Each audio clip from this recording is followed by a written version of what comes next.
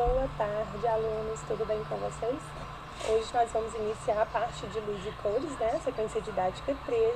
Até agora vocês tiveram com a professora Lorena a parte de ondas, né? Ela falou de ondas mecânicas, ondas eletromagnéticas, a importância das ondas no som, falou do efeito Doppler, não foi isso? Uma série de conteúdos legais, né? Então, agora a gente vai começar a falar de luz e cores. É muito simples pensar que quando a professora Lorena falou lá das ondas eletromagnéticas, ela falou da luz visível, ela falou do espectro visível, né? Então, visível, vamos pensar como é que a gente enxerga, como é que a gente vê, como é que isso funciona, né? Então, vamos começar essa aula primeiro pensando exatamente nessa parte que fala da luz visível. Então, olha só, com as diferentes ondas que a gente tem lá uma quantidade, alguns espectros de ondas que a gente consegue visualizar. Mas se a gente for olhar, é tão pequenininho, né? Vai só aqui, né? Dos raios, raios gama, raios X, UV, e é só esse espectro aqui que a gente consegue visualizar. Só esse pequeno pedacinho aqui de ondas, de espectro de ondas que entra no raio do visível.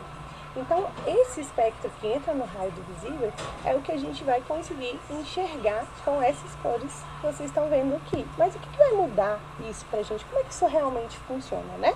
Então, eu vou agora falar para vocês de todas essas partes, tá bom? E aí, mais na frente, como a gente entender como é que esses raios vão funcionar, eu vou mostrar como é que funciona o nosso globo ocular, para vocês conseguirem entender como é que a gente consegue capturar essa luz, né, essas ondas, esses comprimentos de onda, e como é que a gente consegue realmente enxergar, tá bom? Então vamos lá, gente, vamos a algumas definições que são muito importantes para que vocês consigam entender realmente como é que o espectro de luz vai funcionar e como é que todas essas ondas eletromagnéticas que fazem parte do espectro de luz vão funcionar. Primeira coisa que a gente tem que entender é que existem corpos iluminados. O que são corpos iluminados? São aqueles que possuem iluminação própria. Então, tá aí, as estrelas, né? Elas vão possuir uma iluminação própria. Elas vão enviar essa luz. Então, quando a gente observa as estrelas, a gente está observando um corpo que tem iluminação própria. Mas só as estrelas, só natural que a gente tem iluminação própria? Não, a gente tem iluminação própria artificial também. Então, quando a gente tem as cidades iluminadas, a gente criou uma reação ou uma estrutura que consegue emitir luz. E essa luz que é emitida é emitida como luz própria. Então, ela é emitida de uma reação que gerou luz própria. É artificial, mas sim é chamada também de luz própria, tá? Então, se a gente tem o conceito de luz, a gente tem também o conceito de sombra, né? Então, a ausência da luz. Quando eu tenho um corpo luminoso menor do que um determinado objeto, eu tenho uma sombra aqui, formada aqui, ó, nesse cone de sombra. Então, esse objeto impede a passagem da luz e forma sombra. Por que ele impede a passagem da luz? Por que a luz não pode passar nele? Em alguns materiais, a gente vai ver que a luz consegue passar, né? Que são os materiais transparentes, né? Então, a luz vai conseguir atravessar. Quando o material é dessa forma, opaco, ela não vai conseguir ultrapassar. E aí a gente tem a formação da sombra. Lembrando que aqui é para uma fonte de luz, um emissor de luz que é menor do que o objeto. Quando essa fonte de luz é maior do que o objeto, a gente tem um efeito interessante. Toda luz que sai desse objeto, observa aqui no objeto menor, ela vai irradiar fora do limite do objeto, tá vendo? Ela vai ser para fora desse limite do objeto. Então, ela chega com a distância, ela fica um pouco maior.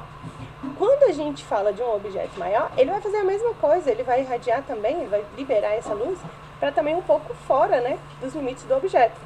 Quando eu coloco um objeto menor, que vai fazer a sombra, essa luz que passou aqui vai formar uma região que a gente chama de região de penumbra. É quase sombra, né?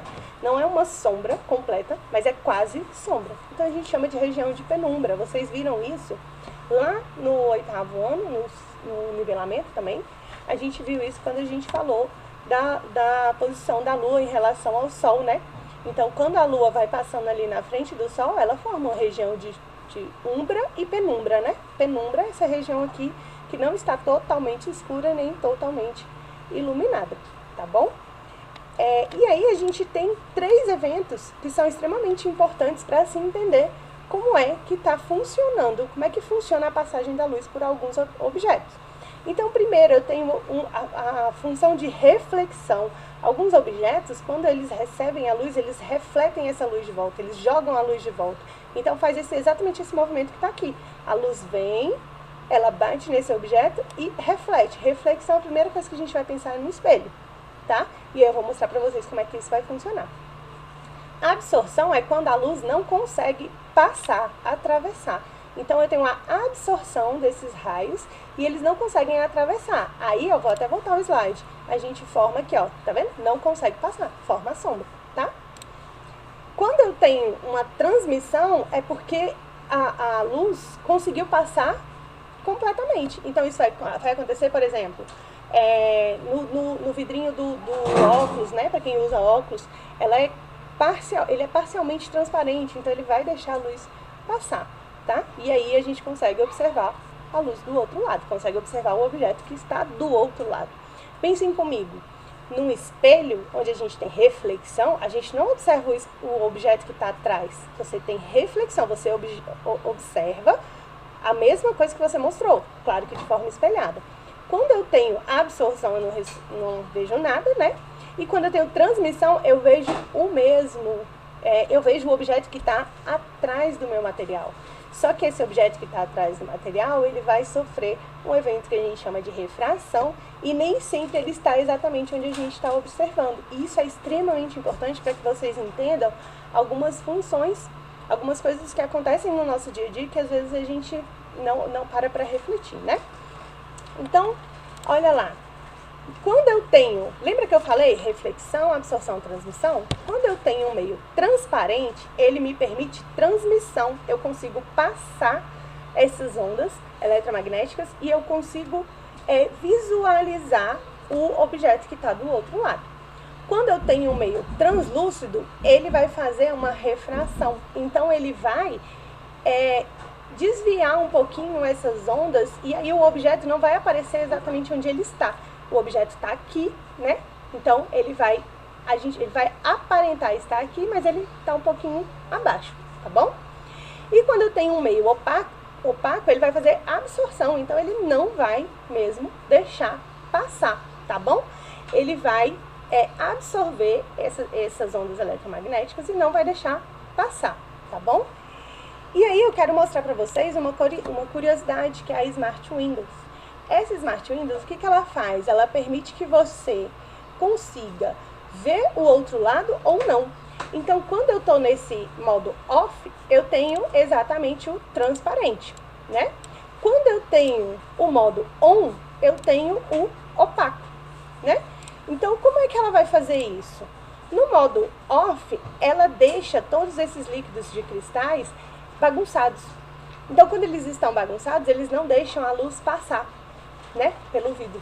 Então, se a luz não passa, eu tenho um evento de absorção, crio um meio opaco aqui e não deixo a luz passar.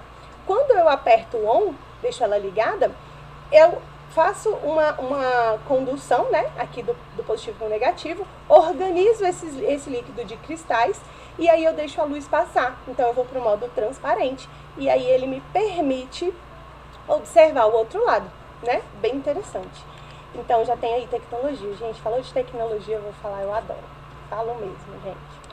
Então, vamos falar um a um. A gente vai ter lá reflexão. Então, o primeiro que a gente vai falar é a reflexão. Mas a reflexão acontece só no espelho? Tudo bem, é o primeiro que a gente pensa. Mas acontece só pro espelho?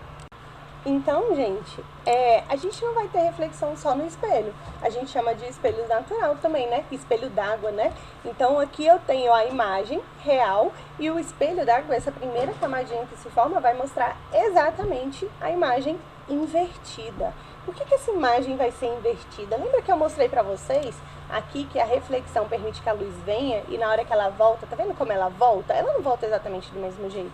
Então, o que a gente vê no espelho vai estar realmente invertido, né? Então, vou mostrar para vocês o porquê. Quando eu tenho um espelho, eu tenho aqui a minha imagem sendo formada e essa imagem vai bater e voltar. Quando ela voltar, ela volta com os eixos invertidos. Então, a melhor forma da gente ver isso é, por exemplo, nas nossas mãos. As nossas mãos têm uma imagem espelhada. Essa imagem espelhada, ela vai exatamente mostrar o inverso, né? É a mesma imagem, mas virada para o outro lado. Então, se eu colocar uma letra, por exemplo, vamos supor, aqui eu tenho um espelho, coloco a letra R, tem 5 centímetros. Ela está a 3 centímetros do espelho. Essa letra vai aparecer do outro lado, invertida, né? Então, ela aparece invertida, mas não de cabeça para baixo, simplesmente virada para o outro lado. Façam um teste. Fiquem na frente do espelho e tentem desenhar em vocês, de um dos lados, propõe um lado lá, o lado direito. Tenta desenhar do lado direito de vocês uma letra no rosto, assim, pode ser com um lápis ou, sei lá, alguma coisa. Tenta desenhar uma letra, tenta escrever seu nome, né? Ela vai aparecer invertida e vocês vão ver que é muito difícil de conseguir escrever. Por quê? Porque o nosso cérebro não entende, não está acostumado com essa escritura do lado inverso, né? A gente escreve sempre da esquerda para a direita, né? E quando você tem que escrever no espelho, para que saia da forma correta, que a gente consiga observar da forma correta, você tem que escrever da direita para a esquerda. E a gente ainda não tem esse costume. Então façam o teste aí e me contem na sala de aula na quarta-feira como é que foi o teste, tá? Então, a gente tem outras duas opções de espelho. A gente tem os espelhos côncavos e os convexos. O côncavo é quando ele faz essa barriguinha aqui pra fora, tá? Pra fora. Ele faz como se fosse uma cuia, assim, ó, um Czinho pra fora. E o que acontece com o espelho côncavo? No caso do espelho côncavo, a reflexão, ela vai voltar de uma forma um pouco diferente. Então, quando a gente está no côncavo, primeiro que se você colocar longe o objeto, ele vai aparecer de cabeça para baixo. Eu vou mostrar um videozinho do professor Antônio mostrando na colher, tá? Vou colocar aqui para vocês. E aí ele vai aparecer de cabeça para baixo. Só que se você aproximar mais, bem pertinho, aí ele acerta a imagem, tá? Ela fica de cabeça para cima de volta. Quando eu falo e aqui as coisas parecem menores. Quando eu falo de um espelho convexo, ele está na forma do D aqui, tá? Os convexos, eles vão refletir uma área maior. Para ele refletir uma área maior, quer dizer que a imagem vai ficar menor. Vamos ver isso aqui na prática. Vou colocar bem aqui o videozinho do professor Antônio para mostrar a parte da colher para vocês, tá? Colher, ó, eu tô aqui com a minha mão, ó. Vocês estão vendo que a mão aparece de cabeça para baixo? Então, esse espelho aqui, ó, o espelho côncavo, ele faz isso, mas é esquisito, porque assim, depende da distância que você coloca, ó. Se você colocar um objeto muito longo, olha só, se você colocar, ele vai ficar de cabeça para baixo quando está muito longe, mas você vai chegando mais perto, aí a imagem vai ficando direita. Então, gente, como o professor Antônio falou para vocês, aqui eu tenho um espelho convexo, que ele vai mostrar mais da imagem, né? Mostrar, assim, uma maior parte, né, do que a gente está vendo, só que ele vai mostrar a imagem muito menor, né? Então, ele mostra uma área maior, mas a imagem fica muito menor. Já no côncavo é o contrário, né? A imagem fica de cabeça para baixo se ela estiver à distância, mas ela fica de cabeça para cima se estiver próximo. Então, observem aqui. Aqui eu tenho um banco de cabeça para baixo. Aqui o muro está de cabeça para baixo. A árvore está de cabeça para baixo. Por quê? Porque eles estão um pouco longe do espelho. Já a mão está aqui pertinho, ela está de cabeça para cima, tá vendo? É refletido, mas está de cabeça para cima. Então, o espelho côncavo, ele vai fazer isso aqui, tá? O objeto que está do outro lado, ele vai parecer estar num lugar diferente do local que ele está. Então, isso vai acontecer, por exemplo, olha só, num copo d'água, se você coloca uma caneta, ele vai realmente modificar. Se eu tentar acertar esse lápis aqui, ó, eu não posso mirar aqui, né? Eu tenho que mirar um pouquinho pra cima, porque na verdade ele tá pra cima. Só que como eu tô vendo em dois meios diferentes, aqui ar, aqui água, eu tenho uma diferença de refração. E essa refração vai trazer a ilusão de que o lápis tá aqui, tá bom? Isso é importante porque nós temos algumas aves que elas se alimentam de peixe. Então, quando ela vai tentar caçar esse peixe, ela tá vendo o peixe em uma posição, mas ela vai sempre um pouquinho à frente. Por quê? Porque com essa diferença aqui, eles têm os olhos adaptados para exatamente ir para a direção em que o peixe está. E essas aves não erram, podem observar. Aves que se alimentam de peixes e que a gente observa, a gente consegue ver que ela nunca erra. É muito difícil uma ave dessa errar. Então ela tá vendo que ela tá vendo o peixe nessa posição aqui, mas ela sabe que ele tá aqui. Então ela ataca um pouquinho depois para conseguir ter sucesso, tá? Essa foto aqui é uma foto sequencial. Então você vê que ela tá descendo e ela levanta com o peixe, tá vendo? Ela não erra. O mesmo vai acontecer no inverso, né? Tem peixes que se alimentam de aves. E é a mesma coisa, também existe a refração aqui. Então ele tá vendo a ave aqui, mas ele vai corrigir o ângulo para poder atacar no local certo, tá? Então ele ataca um pouquinho para frente para conseguir alcançar a árvore. Tem alguns que atacam, já vem aqui debaixo da água e atacam, e tem alguns que chegam um pouco até a superfície, e aí sim ele tem o ângulo correto, e aí ele já vai atacar diretamente na ave, tá bom? Alguns indígenas, né, que também faz pesca com arpão, eles também usam essa técnica, né? O peixe, ele tá vendo o peixe aqui, mas ele vai atacar diretamente onde ele tá vendo, aqui que ele aparece estar. Mas ele vai atacar diretamente aqui? Não, ele vai ajustar e ele vai atacar uma nova direção, né? Um pouquinho pra frente, porque ele sabe que o peixe vai estar um pouquinho à frente. É difícil ter essa consciência, sabe? Nosso cérebro às vezes engana a gente, porque como você tá vendo ele aqui, a intenção é mirar aqui, né? Mas não, mas eles atacam um pouquinho à frente e aí ele consegue acertar o alvo. Mudando para algo maior, vocês, não sei se vocês já pensaram nisso, mas o sol não está exatamente onde a gente vê. A gente também vê uma refração. Existe também uma refração relacionada à atmosfera, muda completamente, né? Então, quando a gente observa o pôr do sol, não necessariamente o sol está na posição que a gente está percebendo. Ele está um pouquinho depois, um pouquinho antes, tá bom? Então, ele tem também uma posição de refração, né? E por que a refração vai ser interessante? Lembra que eu falei para vocês que os espelhos, o espelho côncavo, o espelho convexo, eles vão mudar o tamanho da imagem que a gente vai observar? Então, por exemplo, se eu tenho uma lupa, se eu tenho microscópios, eles vão funcionar dessa forma. Eles vão também modificar a minha visão. Então, eu vou ver a imagem aumentada, eu ganho poder de observação.